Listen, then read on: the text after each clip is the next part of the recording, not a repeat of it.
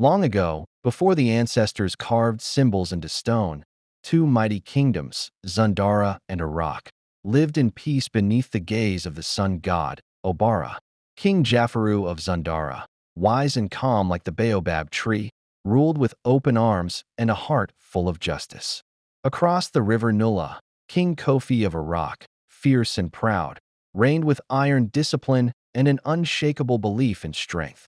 Their fathers were brothers, and their lands once one, until a divine dream commanded them to part and build their own kingdoms. The sacred river Nula was drawn between them, said to be the tears of the earth goddess pleading for peace. For generations, trade and marriages bonded them. The drums of war were silent, and the songs of harvest echoed instead. Zundara boasted fields of gold maize, and the people wore sky-blue robes as a symbol of harmony. Iraq's land rose with red cliffs and iron mines, and their warriors forged spears sharper than a lion's teeth. Elders from both lands gathered yearly at the Twin Palms, a neutral ground to renew the oath of unity. But peace is a delicate drum. Even a careless beat can break its rhythm. One season, the rains delayed, and the river Nula shrank like an old man's memory. Fish died, crops wilted, and suspicion grew like mold on neglected yams. Whispers spread that Iraq had built a dam to steal the river's blessing. King Jafaru sent emissaries to inquire, but they returned with broken limbs and bruised pride. King Kofi claimed the emissaries had crossed sacred borders without respect. "We guard what is ours," Kofi declared to his council, "and no king shall question our right." Jafaru, hurt and confused, sat under the moon and prayed to Obara for guidance. That night, the moon turned red, a sign the seers called the Eye of War. The Zundaran oracle, Mama Ye, warned of a storm between blood brothers. "The earth will cry, and the river will run red," she said, "unless hearts are humbled." But pride is a dangerous seed, and in both kingdoms it had begun to sprout. The youth in Iraq sharpened their blades, singing chants of ancestral power. In Zundara, warriors oiled their shields and danced the war steps of old.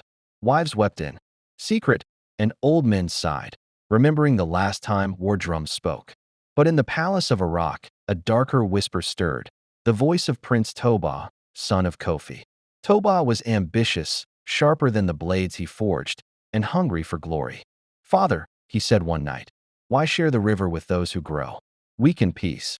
Kofi scolded him, but the prince's words left shadows in his thoughts. Meanwhile, in Zundara, Jafaru's daughter, Princess Amana, trained in secret with the palace guard. Though peace-loving, she feared for her people and vowed never to be helpless. One night, she crossed the river disguised as a trader to seek answers. In Iraq's market, she met a masked warrior who challenged her wisdom with riddles. Unknown to her, the warrior was Toba, equally intrigued by the bold stranger. They spoke for hours of kingdoms, fear, and the cost of pride, unaware of each other's true names. But the river grew thinner, and the earth cracked, demanding action. Kofi ordered more guards to the river's edge. Jafaru ordered prayer and patience. To show weakness is to invite defeat, Kofi told his war chiefs. To show strength in silence is true power, Jafaru replied to his council. But neither king knew the gods had already chosen their messengers. The spirit of Nula visited a shepherd boy from Zundara, Abani, in his dreams. "When kings forget they are servants of the land," the river spirit said, "the land reminds them." Abani awoke with visions of fire, battle, and a crown broken in two. He ran to the elders, but they laughed, calling him a boy who ate too many kola nuts. In Iraq, a blind griot named Madhu sang a new song without knowing its origin. "Two kings shall rise like lions," he sang, "but only one shall roar at dawn." People began to fear the omens, red clouds, twin-headed snakes, and dreams of drowning. Still, no one dared call it war, not yet, until a Zundaran fisherman was found, dead, speared through the heart on Iraq's bank. Jafaru sent a final message, "Let us talk, before the drums speak." Kofi replied with silence, and began assembling the army of the Red Cliffs. The first war drum echoed across the valley like thunder rolling from the ancestors' mouths, Zundaras. Sky turned gray as soldiers clad in indigo armor assembled beneath the royal banner of the eagle. In Iraq, red-painted warriors marched in unison, stomping their feet until the ground trembled. The river Nulla, once a thread of unity, now became a border of death. Princess Amana stood before her father, armored and determined, asking to lead a peace envoy. "They no longer want peace, my daughter," Jafaru said with sorrow. "They want submission." "Then let me remind them what honor looks like," she replied, gripping her blade. Across the river, Prince Toba practiced his war dance, his eyes burning with the fire of conquest. "Zundara will fall like dry leaves," he swore, "and the river will carry their shame." Neither Toba nor Amana knew the other's identity from their meeting at the market, though both remembered the eyes. On the night of the crescent moon, Zundara sent messengers with white feathers, symbols of truce. But they were returned headless, with the feathers soaked in blood. The people of Zundara howled in rage, and even the priests shook with fury. "If blood is what they want," Jafaru said grimly, "then blood will answer."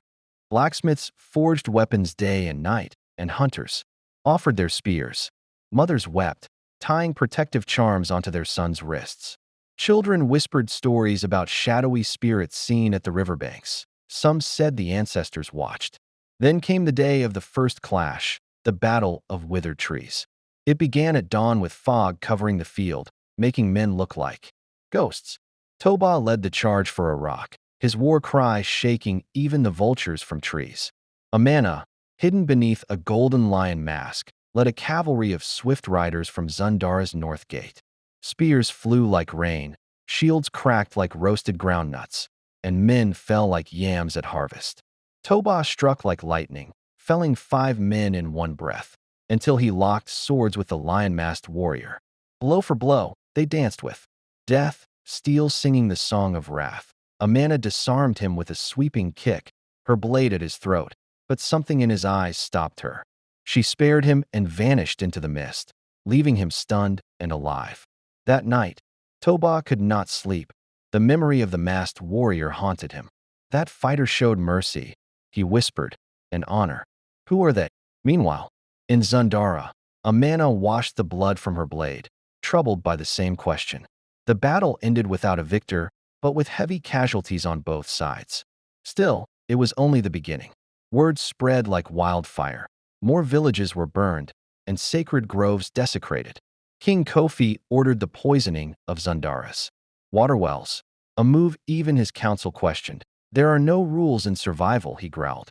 "Only victors write history." In retaliation, Jafaru's spies set fire to Iraq's grain stores, leaving their children hungry. Farmers were conscripted, trade collapsed, and the skies wept no rain. The gods, it seemed, were turning their faces away from both kingdoms.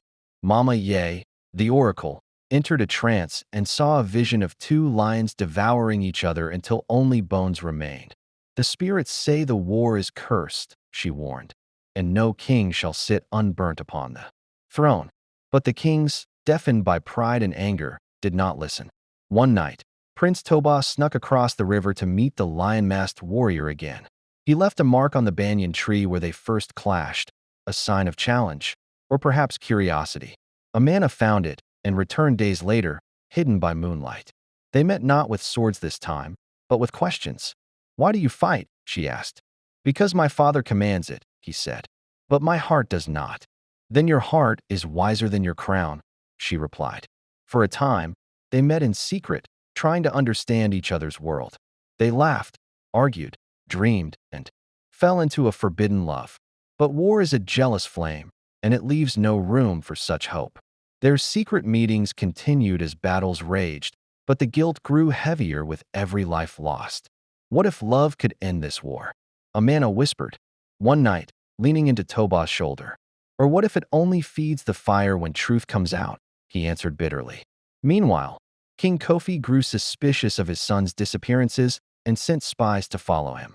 The spies returned with a tale the king could not believe: his son meeting a warrior from Zundara.